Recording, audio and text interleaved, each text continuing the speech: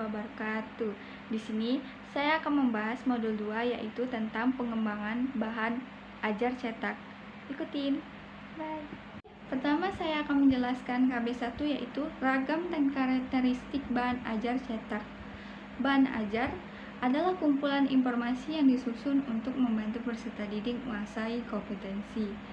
Bahan ajar ada dua, yaitu cetak dan non-cetak.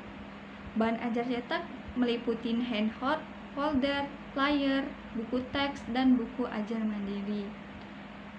Sedangkan bahan ajar non-cetak biasanya berbasis web. Buku ajar mandiri memiliki 3 karakteristik utama. Pertama, self-contained yaitu isinya lengkap. Yang kedua, self-instructional yaitu memuat arahan untuk peserta didik.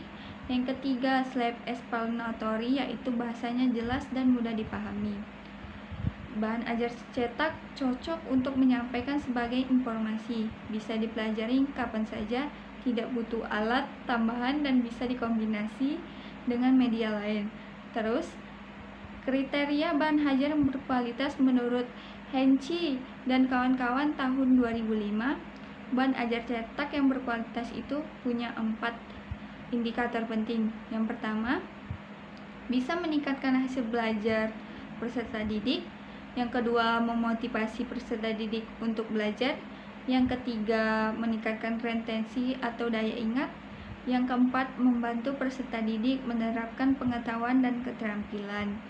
Selain itu, menurut BAM ada 11 komponen bahan ajar untuk menjamin kualitas, yaitu pertama, memiliki struktur dan sistematis yang baik, yang membuat tujuan pembelajaran, setiap bab saling berkaitan, melibatkan peserta didik dalam proses pembelajaran, memuat informasi dan pengetahuan lengkap, mendorong peserta didik untuk merangkum, memberi kesempatan untuk latihan, ada variasi dalam cara penyampaian, disesuaikan dengan kemampuan peserta didik, memberikan umpan balik terhadap hasil belajar, dan memiliki komponen evaluasi hasil belajar. Itulah 11 komponen bahan ajar yang berkualitas menurut BAM. Terus kita memasuki KB2 yaitu pengembangan buku ajar mandiri. Pengembangan buku ajar mandiri dilakukan lewat 3 tahap. Tahap pertama, desain.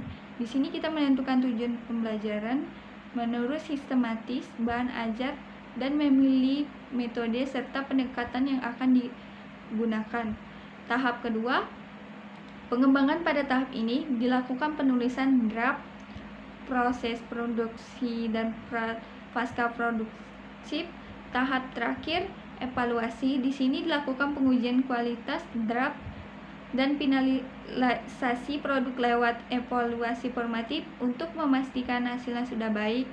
Terus, pengembangan buku ajar mandiri punya 3 tahap utama. Pertama, perencanaan, penentukan karakteristik penggunaan kompetisi dan pendekatan.